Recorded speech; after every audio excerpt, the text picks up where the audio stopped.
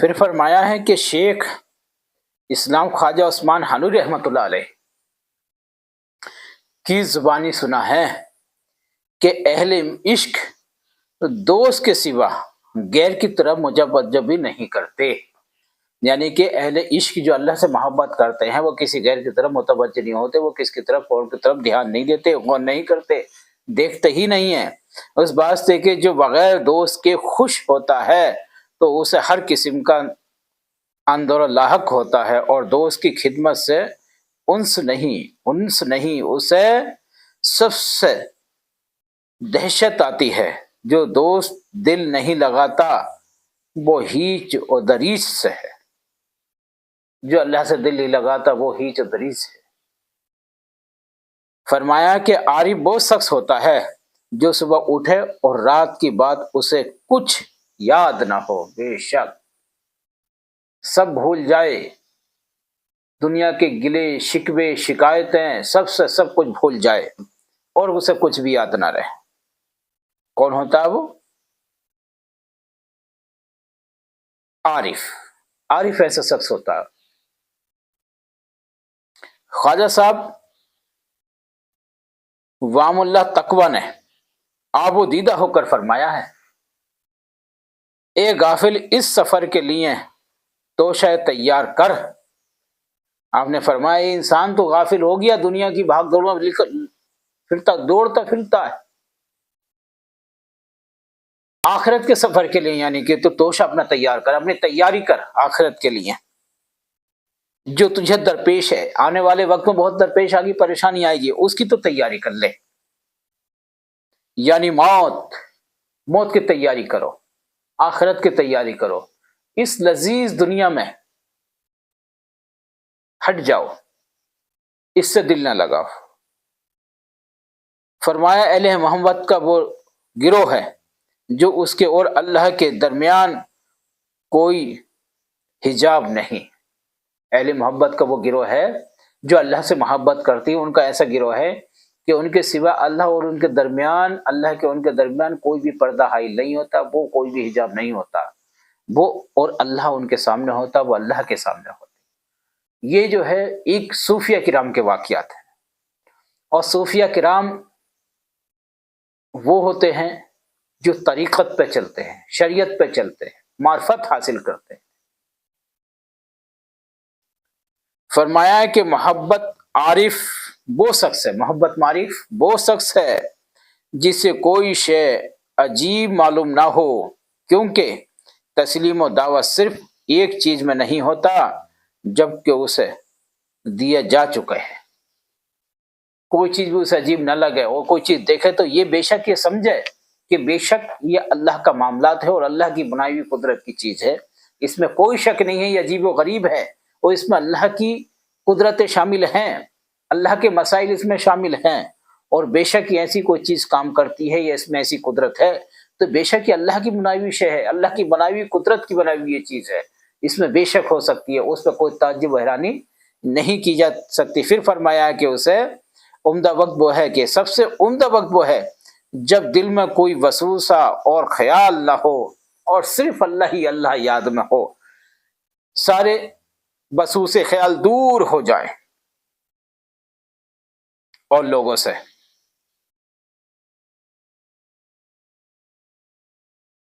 باقی حاصل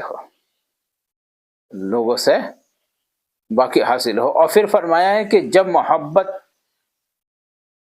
دی گئی ہے، اس سے فقر و وحشت دی گئی ہے تاکہ دنیا پر فریفتہ نہ ہو جائے۔ اللہ تعالیٰ کا معاملہ یہ ہے کہ جب اسے اللہ تعالیٰ فرماتا میں نے اپنا دیدار تمہیں کرانے کے تجلی کرانا، اپنی محبت میں نے تمہیں عطا فرما دی، اور جب میں تمہارے لیے ہوں تو تمہیں دوسرے کی چیزوں سے مطلب کیا، دنیا کی کسی پہ شے پہ کیوں عاشق ہو، اس سے کیوں مطلب ہے تمہیں، اس سب سے غافل ہو جاؤ، اس سے آپ کا کوئی تعلق نہیں ہونا چاہیے، وہ سب چیز سے لا تعلق ہو جانا چاہیے۔ فرمایا ہے کہ عارف کہتے ہیں کہ قریقین و منزلہ نور ہے، کیا بات ہے کہ یقین منزلہ نور ہے۔ عارف فرماتے ہیں کہ یقین وہ منزلہ نور ہے جس پہ انسان منور ہو جاتا ہے۔ وہ منزل نور آتی ہے جو منزل انسان کو تجلیات سے، اپنے اللہ تعالیٰ تجلیات سے جو ہے نور کر دے، اس کے دل کو منور کر دے، روشن کر دے۔ پھر وہ محبت اور متقیوں کے درجے کو پہنچ جاتا ہے۔ جب اس کے دل و دماغ میں اللہ کا کلام، اللہ کا معاملات، اللہ کی تجلی اس کے دل و دماغ میں روشن ہو جاتی ہے، تو وہ انسان کون ہو جاتا؟ محبتوں اور متقیوں کے درجے کو پہنچ جاتا ہے۔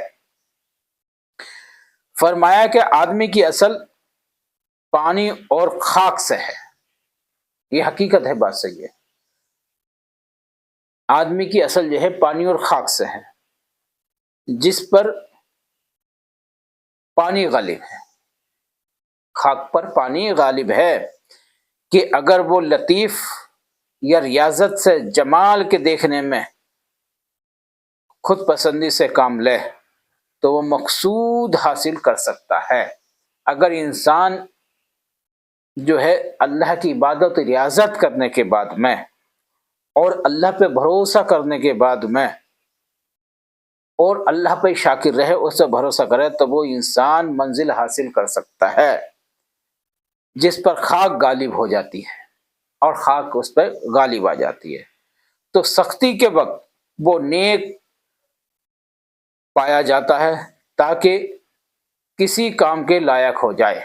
جب اسے سختی پڑی جائے تب اس پہ صبر و قناعت کرے اور اللہ کا شکر کرے، اور اس پہ یہ پتہ چل جاتا ہے کہ بے شک یہی انسان ہے کیسا ہے، تو یہی مضبوط اور کامل بن چکا ہے، اب یہ لوہا بن چکا ہے اللہ کی عبادت میں اس پہ کامل ہونے کے بعد میں۔ یہ انسان ایک ایسا ہے جو اب یہ کامل ہو چکا، اب اپنے درجے کو پہنچ چکا انشاءاللہ تعالی۔ اللہ تعالیٰ نے بادل پیدا کرنا چاہا کہ ہر قسم کے رنگ ہوں اور ہر قسم کے مذاہب رنگوں کا ملایا۔ جب رنگوں کو ملایا تو اس سے پانی کا رنگ بنا، اور جب سب مزوں کو ملایا تو پانی کا ساج لقمہ ہو گیا۔ اس کے پینے سے زندگی تو پیتے ہیں لیکن اس کی لذت کی خبر نہیں۔ ہر ایک چیز پانی کے سبب زندہ ہے۔ کیا بات عطا فرمائی ہے۔ لوگ پانی زندگی کے سبب پیتے ہیں، اور ہر چیز پانی کے سبب زندہ ہے۔ جب انسان پانی نہ پیدا کرتا تو کچھ بھی نہ ہوتا، اور کوئی بھی چیز زندہ نہ رہتی۔ وہ اس کی قدرت ہے کہ جو چاہتا وہ کسی بھی چیز سے زندہ رکھ سکتا تھا انسان کو، وہ اس کی قدرت ہے۔ جہاں چاہتا، جسے چاہتا، جیسے چاہتا وہ زندہ رکھتا۔ لیکن کبھی پانی کی لذت دیکھی ہے؟ کبھی پانی کو تصور کیا ہے؟ ہم لوگ رمضان رکھتے ہیں، رمضان رکھنے کے بعد میں ایک دن اگر ہم پانی نہیں پیتے ہیں اور رمضان ہوتا تو ہم آب و دیدہ ہو جاتے ہیں، پریشان ہو جاتی ہے، اور ہمارے جسم کے اندر کمزوری آ جاتی ہے، اور ہم بہت کمزوری محسوس کرنے لگتے ہیں۔ کیوں؟ کیونکہ صرف پانی نہیں پیا جاتا۔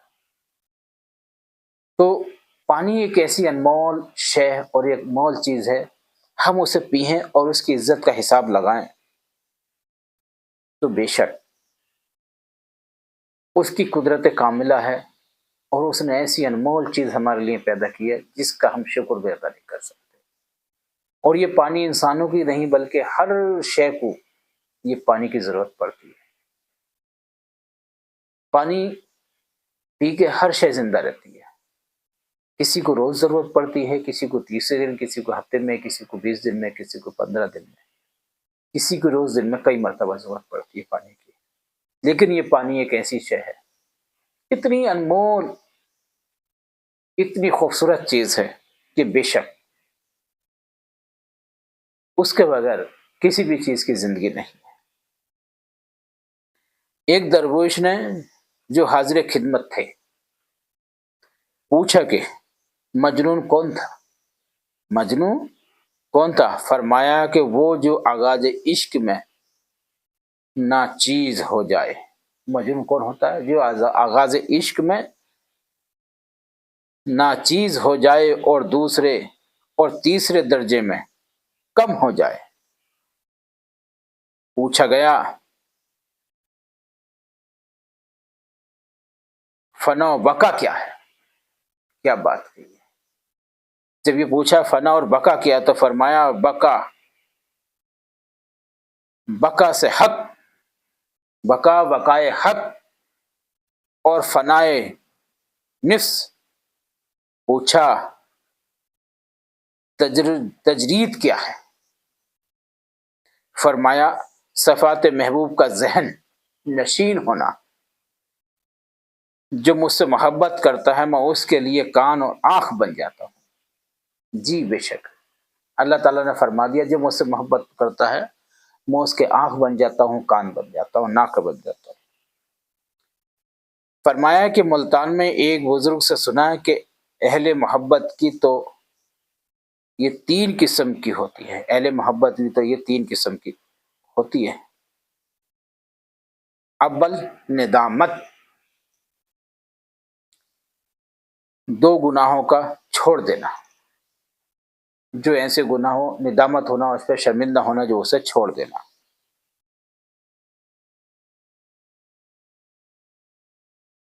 اول ندامت، دوسرا گناہوں کا چھوڑ دینا، اور سوم اپنے 3 ظلم و جھگڑے سے پاک لینا۔ یہ 3 چیزیں انسانوں کے سے جو ہیں وہ جو محبت کرتا ہے اللہ سے ان سب سے پاک ہونا چاہیے۔ فرمایا کہ علم ایسی چیز ہے جو محیط ہے، معرفت اس کی ایک چیز، ایک جز ہے، بس خدا کہاں ہے اور بندہ کہاں ہے؟ ہم خدا ہی کو ہیں، علم خدا ہی کو ہے، معرفت دونوں کی۔ یہ فقرائی مسائل، فقرائی باتیں ہو سکتا ہے شاید ہر انسان کی باتوں پہ نہ آئے، لیکن ان باتوں پہ غور و خوض کرنا چاہیے انشاءاللہ، تو ہر انسان کے سمجھ میں قریب سے اور اچھے طریقے سے آئیں گے۔ جب عارف کے سطر خالص ہو جاتے ہیں تو اس کا کوئی بھی فعل و صاحب نہیں ہوتا۔ فرمایا جب تو دوست رکھے گا تو اس کے سر پر بلا برسائے گا، یہ حقیقت ہے۔ جب تو دوست رکھے گا تو اس کے سر پر بلا برسائے گا، یعنی اسے طرح طرح کی پریشانیاں، مصیبتوں کا سامنا کرنا پڑے گا۔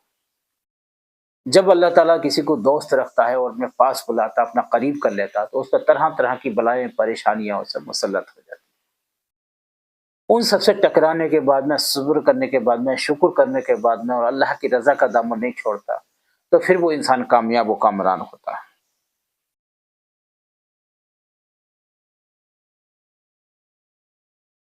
توبۃ النصیح میں 3 باتیں: